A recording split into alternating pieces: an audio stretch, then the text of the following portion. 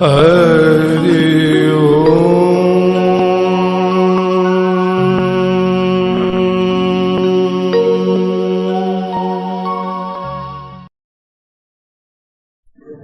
आज स्वप्नेश्वरी साधना सिद्धि दिवस है। मनुष्य कभी भी सोता नहीं है, 24 घंटे भी नहीं सोता है। जन्म से लेकर के मृत्यु तक सोता ही नहीं है, केवल उसका शरीर सोता है, उसको हम निद्रा कहते हैं। मगर मस्तिष्क केवल उन योगियों का सोता है जो समाधि अवस्था में जाते हैं, जिनको निर्विचार मन या निर्विकल्प समाधि या थॉटलेस माइंड कहते हैं। ऐसा कभी होता ही नहीं है कि आपके मन में कोई विचार नहीं आए।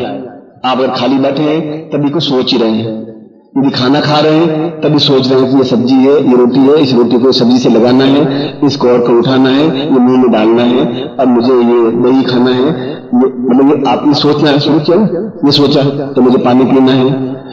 मतलब ऐसा कोई क्षण जीवन में नहीं जाता जब हम सोचते नहीं हैं। और सोचते रहने का तात्पर्य है कि हमारा मस्तिष्क बराबर क्रियाशील रहता है, एक्टिव रहता है।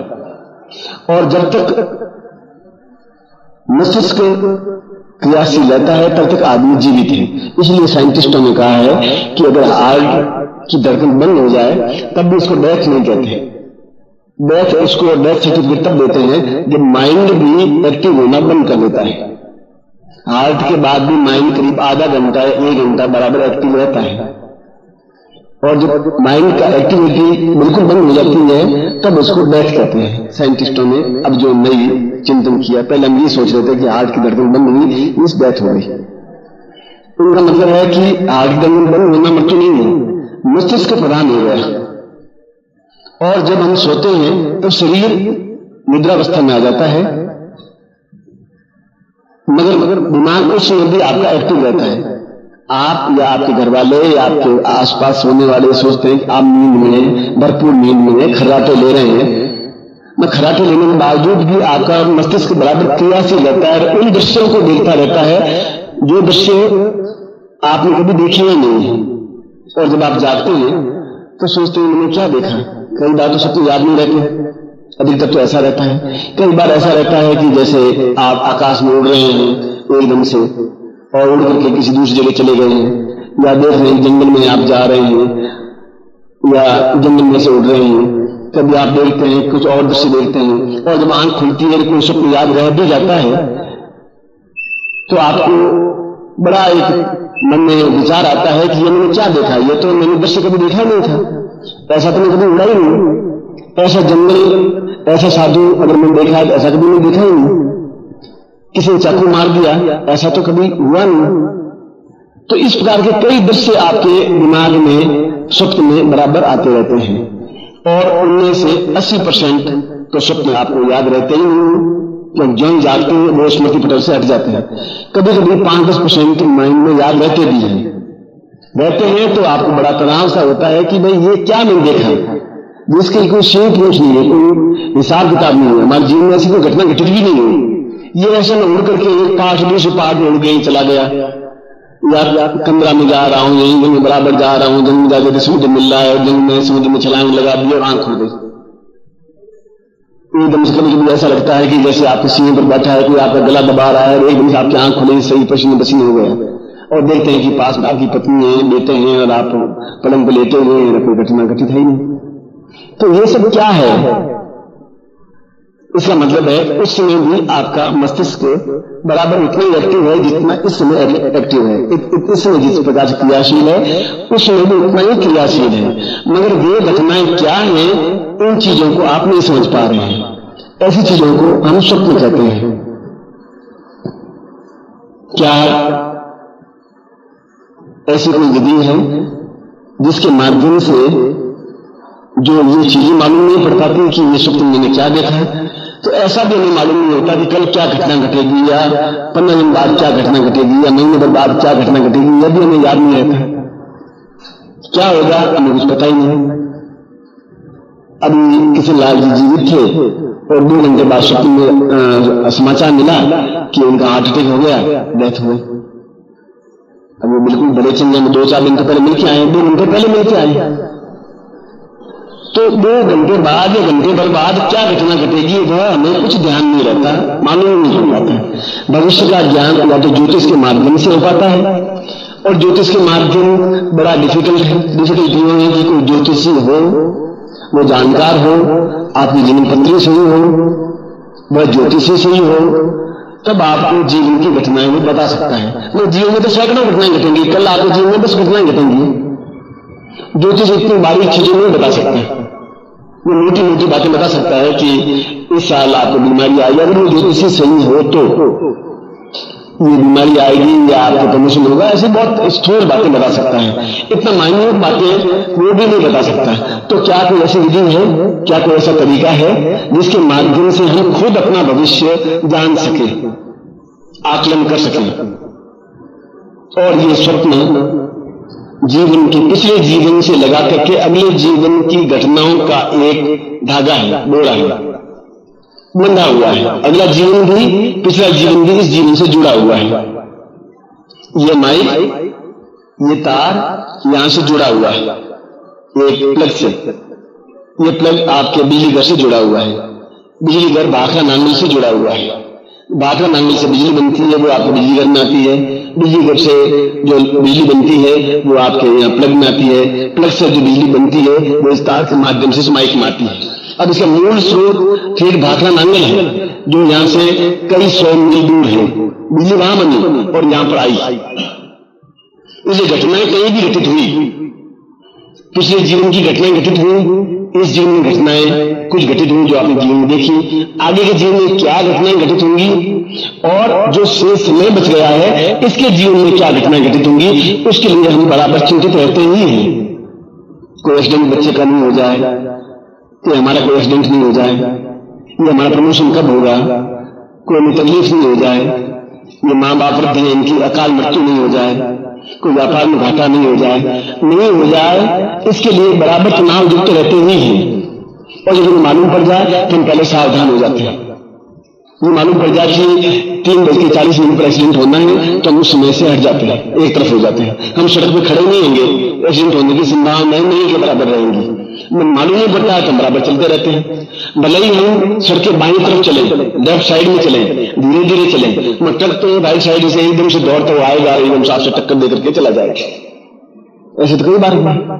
हमारे जोधपुर में अभी 4 साल पहले एक घटना घटी। मंडोर एक स्थान है, वहां पर एक भोजनालय है, जोधपुर से 5-6 किलोमीटर दूर। जोधपुर का एक पार्ट है, जैसे ये है पश्चिम बिहार है, मोती बाग है, उसी प्रकार से मंडोर है, महामंदिर स्थान है। उस बने हुए भोजनालय में बैठ करके 10-12 लोग भोजन कर रहे थे, और उसके बाद में चबूतरा है, उस चबूतरे के बाद सड़क है, उस सड़क पर ट्रक जा रहे हैं, सैकड़ों जा रहे हैं, सैकड़ों आ रहे हैं, और उसका सड़क उसके ट्रक का बैलेंस बिगड़ गया ड्राइवर का से, और वह उस ढाबे के अंदर भोजनालय के अंदर घुस गया, और अंदर घुस करके जो भोजन कर रहे थे 10-12 उनको कुचलता हुआ उसकी दीवार को तोड़ता हुआ बाहर निकल गए। अब मृत्यु कहां से कहां आकर के कहां टक्कर देती हुई। अब उन्होंने कब सोचा था कि भोजनालय में बैठे हैं, सेफ है, हमें कोई ट्रक कुचल देगा, ऐसा कब सोचा था उसने? और जब ये मालूम होता कि ये आज ये घटना घटित होने वाली है तो उस भोजनालय में बैठते हैं और मृत्यु का समय टल जाता है, उस जगह नहीं होती, क्योंकि जगह का भी इफेक्ट होता ही है। मृत्यु, मनुष्य और स्थान तीनों का संगम संयोग होने पर ही घटना घटित होती है। इसलिए उस समय इस जगह से मैं अगर सड़क से बीच मर जाऊं तो मृत्यु की संभावना कम हो जाएगी, अगर हमें ज्ञात हो जाए तो।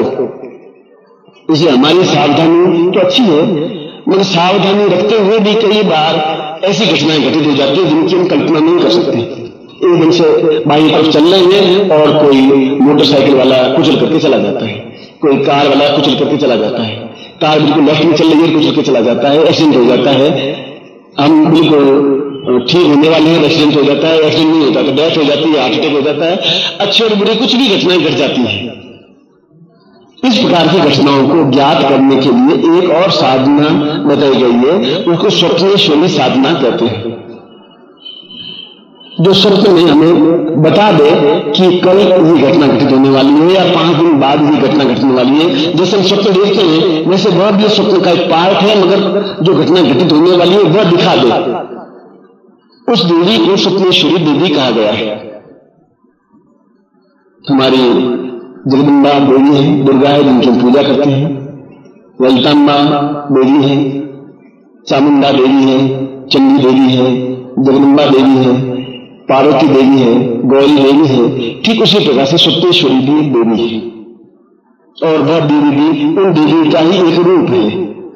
ये स्त्रियां बैठी है, या किसी की मां है, या किसी की पत्नी है, या किसी की बेटी है, या किसी की बहन है। स्त्री एक ही है। ये जो स्त्री है एक ही है, मतलब एक व्यक्ति की ये पत्नी भी है, एक दूसरे व्यक्ति की ये बहन है, ये तीसरे व्यक्ति की मां है, ये चौथे व्यक्ति की शिष्या है। एक स्त्री भी 4 पुरुषों के लिए अलग अलग रूप में है, स्त्री एक ही। इसी प्रकार से देवी तो एक ही है, मगर अलग अलग रूपों में अलग अलग कार्यों की जगदम्बा के पास में शत्रुनार के रूप में है, एक पार्वती के रूप में, एक मां के ऊपर जैसा वात्सल्य भाव होता है वैसा वात्सल्य भाव रूप में है। वह एक देवी होती हुई भी अलग अलग नामों से, वह अलग अलग रूप में, हम जिस रूप में उसको मां है तो मां के उसको याद मां के रूप में स्मरण करेंगे, मां बहन बहन कहेंगे, सिर हाथ रखेंगे, पत्नी होगी पत्नी के रूप में उसको स्मरण करेंगे। इस बार स्वप्नेश्वरी भी देवी है, जैसे चामुंडा देवी है, जगदम्बा देवी है, ऐसे स्वप्नेश्वरी भी देवी ही है। तो स्वप्नेश्वरी देवी की साधना करने से वह भी सिद्ध होती है। और स्वप्नेश्वरी साधना इसलिए करते हैं कि ऊट पटांग में जो दृश्य स्वप्न आते हैं वह नहीं दिखाई दे, अपितु वो दिखाई दे जो हमारे जीवन में आने वाले टाइम में घटित होने वाले हैं, और फिर हमें स्मरण भी रहे। तो कई बार स्वप्न में भूल जाते हैं, हमें याद नहीं रहता, मगर वो स्मरण रहे। इन दोनों प्रकार की क्रियाओं को संपन्न करने के लिए जो प्रयोग किया जाता है उसको स्वप्नेश्वरी प्रयोग कहा जाता है।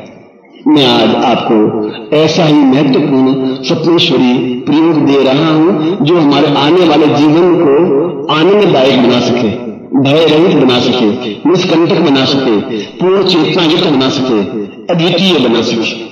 इसलिए इस प्रयोग का अपने आप में महत्व है। ये आप सामग्री बाहर निकाल दें और उसके बाद में आप सीधे बैठ जाएं और हाथ जोड़ के सबसे पहले गणपति का स्मरण करें।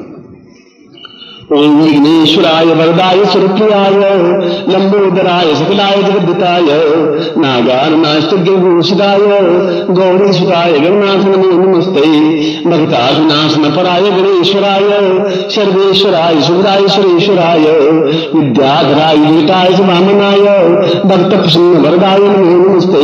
नमस्ते ब्रह्मरूपाय विष्णुरूपाय ते नमः, नमस्ते रुद्ररूपाय कलिरूपाय ते नमः, विश्वरूपस्वरूपाय नमस्ते ब्रह्मचारिणे भक्त प्रियाय देवाय नमस्तुभ्यं विनायक लंबोदरमस्तुभ्यं सत्यं मोदक प्रिय नैवेद्यं कुरु देव सर्वकार्येषु सिद्धिदः श्रीमहागणाधिपति नमः।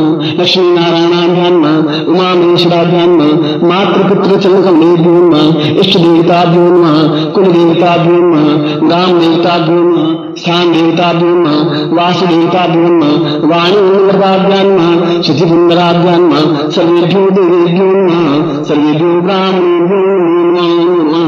तत्रादि तिलकम कृत्वा कुंकुम बड़ा है, आप अपने हाथ से तिलक करें। ओम नमो शिवाय सहस्रमूर्तये सहस्रपादाक्षरोर्भावे सहस्रनाम्ने पुरुषाय शाश्वते सहस्रकोटिधारिणे नमः। शिखाबंधन चोटी के आठ लगा दे। मान स्तोत्रे मान आखिमानो गोकुमानो अशुषमा स्वाहा महे। यज्ञ बहुत पड़ा हो वो जो गले में माला की तरह पहन ले। यज्ञ भवतम की परमेश्वर इसी लिंगोता काम धारणे होगा। यज्ञ भवतम ब्रह्म पवित्रम प्रजापति सजन दुष्टार आशीर्वाद शुभम यज्ञ भवतम मनुष्य यज्ञस्थान के तत्रादुषाम प्रयोगम कारभ्यते। ये माला के ऊपर यंत्र और यंत्र के ऊपर गुटिका आप रख दीजिए बाएं हाथ में, लेफ्ट हैंड, वो आपका लेफ्ट हैंड है, बाएं हाथ जिसको कहते हैं। और इसको जल से स्नान करवाइए, या ये मान लीजिए मैं जल से स्नान करवा रहा हूं। ओम वरुष्योतम नमसि वरुषि नमसिनिस्थो वरुष्य रेतसगन्यस वरुष्य रेतसगमासीद वरुषानं समर्पयामि नमः। गंगे चैवने चैव गोदावरी सरस्वती नर्मदे सिंधु कावेरी जलेस्मिन् सन्निधिं कुरु। ब्रह्माण्डे तीर्थानि करे स्पष्टानि हृदे तेन सन्निधिं मेदि तीर्थं देहि दिवाकर पुष्करा दान तीर्थानि सर्वे समुद्रासतस्तीर्थानि जलदान्दा आयान्ति शान्त्यर्थं दुर्दक्षकार्य रखा, मातृदेवो भव, पितृदेवो भव, आचार्य भव, अपने दुपट्टे से इसको पहुंच लीजिए। प्रथयाम तत्रादु तिलकम कृत्वा, यंत्र के ऊपर आप 5 बिंदियां लगाइए, एक बिंदी माला के ऊपर 6 और एक गुटिका के ऊपर 7। पहले यंत्र पर 5 बिंदियां लगाइए। मैं मंत्र बोल रहा हूँ। ओम दीर्घायुत्वाय बलाय वर्चसे सुप्रजास्त्वाय ताम्रातुं स्वस्तिनन्दो वृत्रवाः सुस्नापुंखांशवेदाः सुस्तारक्षो वर्षणे नीस्ने ब्रह्मदातु प्रकृत स्वामर्ता स्निमाकरा सुलिंगावानो यथे खूजगमयः निर्वामन्वा सूर्यचक्षा सौविश्वेनो देवावसागमनीया भद्रं कर्णे भीष्मे यामदेवा भद्रं पश्येन्माक्षिप्रचित्राः त्रिनैरङ्गैः तुष्टुवाग्नि। अब अपने हाथ में माला के ऊपर यंत्र के ऊपर गुटिका है, अपने सामने दोनों हाथों में ले लीजिए। दोनों हाथ ऐसे करिए जैसे मैंने किए हैं, ऐसे करके मेरे सामने देखिए। मैं इनको मंत्र सिद्ध कर रहा हूँ, प्राण प्रतिष्ठा युक्त कर रहा हूँ। ओम निखेतमोर्जित्वा वायुस्नेहो प्रविता श्रेष्ठमायु आंध्रा भागम प्रजावृत्तिवा ऐषमामा इष्टमाल सुरुद्रुवा अश्विन गोपतोषिया तपवीर यजमान से कुसुमबाई। वो गोत्रोत्पन्न हम अपना गोत्र या जाति बोलिए, शर्मा हम अपना नाम बोलिए। तो हम स्वप्ने श्री देवी सिद्धि या ताम मंत्र प्राण प्रतिष्ठा कुर्यात। ओम निजागतो दिव्यवा आयुमामा श्रीश्रमदशु सद्वासम गोपतोषिया तपवीर यजमान से कुसुमबाई केतुर्यत्वा पूर्वा निपुणादयतवा निजागतो मनवा सूर्यंकम चंदनम बन्नसं मंजुरालमदय मदय मलय मलय जागरे जागरे तोटा तोटा दीप्तम दीप्तम पान क्रीम क्रूम पार्वती पूर्णा खांखी खूंखी चरिता सांशी शिव सप्तशती देव्यामन शब्दम कृष्णे एंकारी स्वरूपारी बालिके क्लींकारी कामरूप में देवी रूपे से चामुंडा चंद्रघाटी च एंकारी वदानी निश्चय च भजान तन्मुस्तिम धाम धूम धीरे पत्नी मामली बागदेश्वरी क्रांति क्रूम कालिके देवी सांशी सोने समुद्रो कोई ओंकारी पुण्य जंजन नंदनानी ब्राह्मणी दैव देवानिधि नुमा अंकम चंदन दंडम वंशम मंदिराव Malay Malay Malay Malay जागरे जागरे Thote Thote Deeptam Deeptam पांपु Ayushman स ममा हम गोत्रोत्पन्न हम गोत्र बोलिए। अभी शर्मा हम नाम बोलिए। ताम ममा मंत्रे श्री ताम मंत्र सिद्धम स्वप्ने श्री सिद्धि ममा स्वप्ने सर्व प्रत्यक्ष भविष्य बसे बसे आगच्छ आगच्छ पूर्ण जागे जागे ताम तभ्यम श्रीरामी नमः। दोनों आंखों के लगा करके बाएं हाथ में ले लीजिए, बाएं लेफ्ट हैंड में। दाहिने हाथ में मंत्र बोलूंगा, आप मंत्र बोलेंगे मेरे सामने। बोलिए ओम ह्रीम श्रीम स्वप्नेश्वरी श्रीम ह्रीम ओम। ओम ह्रीम श्रीम स्वप्नेश्वरी श्रीम ह्रीम ओम। ओम ह्रीम श्रीम स्वप्नेश्वरी श्रीम ह्रीम ओम। इसका विधि क्या है वो समझा देता हूं। इसके लिए पूजा स्थान में भी मंत्र जाप कर सकते हैं। एक माला रोज 45 दिनों तक, 45 डेज, 40 एक 1.5 महीना, मतलब 30 दिन और 15 दिन, 45 दिन तक रोज एक माला मंत्र जाप करना है। इस गुटिका उस यंत्र के सामने इस माला के माध्यम से, जो माला आपने ली, या एक तो ये तरीका है पूजा स्थान में बैठ के मंत्र जाप करें। दूसरा, आपकी कोई शुद्ध धोती और कुर्ता पहना हुआ है तो पलंग पर बैठ करके भी इस मंत्र जाप को करके तो माला यंत्र गुटिका को तकिए के नीचे रख करके सो सकते हैं। दोनों विधान, दोनों में से कोई विधान कर सकते हैं। वह विधान भी है, वो विधान भी है। मगर ऐसा नहीं कच्छा पहना हुआ और आप बैठे हैं, ऐसा नहीं चलेगा। धोती पहनी हुई है, दुपट्टा उड़ा हुआ हो, पलंग पर बैठे हुए हो, फिर तकिए के नीचे रख दिए, फिर अपने कपड़े बदल दिए, फिर सो गए, ये तकिए के नीचे रहेंगे, फिर 2 दिन वापस पूजा स्थान रख दिए। या तो ये विधान अपनाना पड़ेगा या विधान वो अपनाना पड़ेगा। या तो पूजा स्थान में सुबह स्नान किया, बैठे मंत्र जाप किया, निगाह यह जो विधान आपके लिए अनुकूल रहेगा, क्योंकि उसमें आपके शुद्ध वस्त्र हैं कि नहीं है, आप खुद शुद्ध हैं कि नहीं है, ये थोड़ी सी तकलीफ हो सकती है। जब 45 दिन हो जाए उसके बाद में इस यंत्र को और इस गुटिका को तो आप प्रोवाइड कर दें, फिर माला की आपको जरूरत नहीं है, केवल यंत्र की जरूरत होगी। वो तकिए के नीचे रख करके आप सो जाएं और रात्रि को सोच लें कि यह मेरा कार्य कब समाप्त होगा, कब होगा, या कल मेरे साथ क्या घटनाएं घटेंगी, या इस महीने में क्या क्या अच्छी बुरी घटनाएं घटित होने वाली हैं, या ये जो व्यक्ति मिलने आने वाला है इसके साथ में व्यापार प्रारंभ करूंगे नहीं करूँ, जो भी आपकी जटिल डिफिकल्टीज हो वह सोच करके तकिए के नीचे यंत्र रखा हुआ होगा। माला की गुटिका की जरूरत नहीं 45 दिन के बाद में, केवल ये सोच करके वो यंत्र बहेगा तकिए के नीचे, आप सो जाए उसी समय, कोई भी कपड़े पहने हुए। चाहे तहमत बांधी हुई हो, चाहे पाजामा पहना हुआ, चाहे कुर्ता पहना हुआ, उसके लिए शुद्ध वस्त्र उसमें जरूरत नहीं है 35 दिनों के बाद में। और रात्रि को वह स्वप्न याद रहेगा, या एकदम से 2 बजे स्वप्न आया और 2:30 बजे आंख खुल गई, उसी समय कागज पर नोट कर ले उस पॉइंट को, क्योंकि फिर आप सो जाएंगे तो फिर भूल सकते हैं, ऐसा हो सकता है। कागज का मन फिर अपने पास रखें और उसी में जो याद आया, जो घटनाएं याद आई कि 3 दिन बाद ये घटना घटित होगी, वो कागज पर लिख दिया और फिर आप वापस सो गए, तकिए के नीचे ये रहेगा। फिर सुबह उठ के पूजा स्थान में रख दिया, फिर रात्रि को वापस रख दिया, या जब भी इसका यूज करना हो तब यूज करें। ये जीवन भर आपके काम आ सकता है, न केवल आपके ही काम आ सकता है, आपकी पत्नी के लिए, आपके पड़ोसी के लिए, या किसी एक्स के लिए या भाई के लिए काम नहीं आ सकता, क्योंकि आपके गोत्र और आपके नाम से मैंने इस प्रयोग को संपन्न करवाया है। मैं इस बात को वापिस प्रयोग करवा रहा हूं, वापिस समझा रहा हूं कि आप इस माला से मंत्र जाप करें और 45 दिन तक मंत्र जाप करें। एक माला केवल मंत्र जाप करें, इस मंत्र को जो मैंने आपको मंत्र दिया है। उसके बाद में इस पूजा स्थान में इसको रहने दीजिए। फिर 45 दिन के बाद में इस गुटिका को आप प्रोवाइड कर दें, इस माला को भी प्रोवाइड कर दें, फिर इसकी भी जरूरत नहीं रहेगी नदी में। केवल यंत्र आपके पास रहे, यंत्र को जब यूज करना हो आपके लिए या अपने पड़ोसी के लिए, कि किशन लाल के साथ कब घटना घटित होगी सपोज, या मदन लाल कब ठीक हो पाएगा, कोई भी बात, जो भी प्रश्न तकिए की सोच करके, जो आप सोने के टाइम में, मैं 11 बजे सोता हूं तो 11 बजे बिल्कुल अब मैं सोने जा रहा हूं, अब उसके बाद फिर उठूंगा नहीं, तब तकिए के नीचे ये रख दीजिए और ये मन में सोच लीजिए, फिर आप सो जाइए। अब रात्रि को स्वप्न आ भी सकता है, पर 99% तो आएगा ही, ये हो सकता है आप भूल जाए, तो आप दूसरी रात्रि को वापस प्रयोग करें इसी चीज को, मिल जाते हो गए। और अगर याद रात्रि को आ जाए, 1 बजे आ जाए, 11 बजे आ जाए, 1 बजे आ जाए, तो उसी समय आप कागज पर नोट कर लीजिए, उसको नोट करके फिर सो जाइए, नहीं तो बड़ी तकिए के नीचे रहेगा। तो वो होगा कि आप रात्रि को भूलेंगे नहीं, वो सुबह याद रहेगा आपको, और जो आप देखेंगे वही घटना आपके साथ में घटित होगी, या जिसके बारे में सोचा वही घटना घटित होगी। इस दृष्टि से यह प्रयोग अपने आप में अत्यंत महत्वपूर्ण है, अद्वितीय है, श्रेष्ठतम है। अब यंत्र को आप नीचे रख दीजिए, मैं आपको आशीर्वाद देता हूं। ओम, हाथ खोल दीजिए। ओम मंत्रार्था सफला संतु पूर्णाम संतु मनोरथा शत्रुणाम विनाशोस्तु मित्राणाम यस्तव ऋग्वेदोषजुर्वेद सामवेदोषधर्म ब्रह्मवाक्यस्थान तन्यन्तेन्द्रस्तवान् अष्टाङ्गस्तोन्त्यन्ति नरा चत्वारोवर्ति लक्ष्मी आयुर्बुद्धिं सुबलम् श्रीवचस्यमायुष्मारोग्यं माविरत्मानमन्यते दानन्दनं पशुपतिलाभं सत्संवत्सरं दीर्घमायुः श्रीस्थिते लक्ष्मी सपत्न्यां नवरात्रे पार्श्वे नक्षत्राणि रूपस्नो जातं विष्णुं निखाणं निखाण शवलोकं निखाण।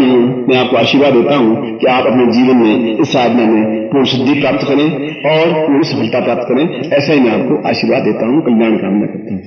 आज एक संदेह प्रसाद में यह हारमोनियम या भेंट किया, मुझे मुझे मालूम पड़ा, नहीं तो कल एक जनरल बात कही थी, ऐसा कहा नहीं था कि आप ऐसा करें। मैंने कहा मैं तो आपको कहूं कि आप कुएं में कूदने को तैयार हैं तो आप कुएं में 1 सेकंड में कूद जाएंगे। इतने श्रेष्ठ, इतने अद्वितीय शिष्य मिलना ये भी अपने सौभाग्य की बात होती है, और ये मेरा सौभाग्य है कि आप ये शिष्य मेरे साथ हैं। मैं आपको सबको हृदय से आशीर्वाद देता हूं।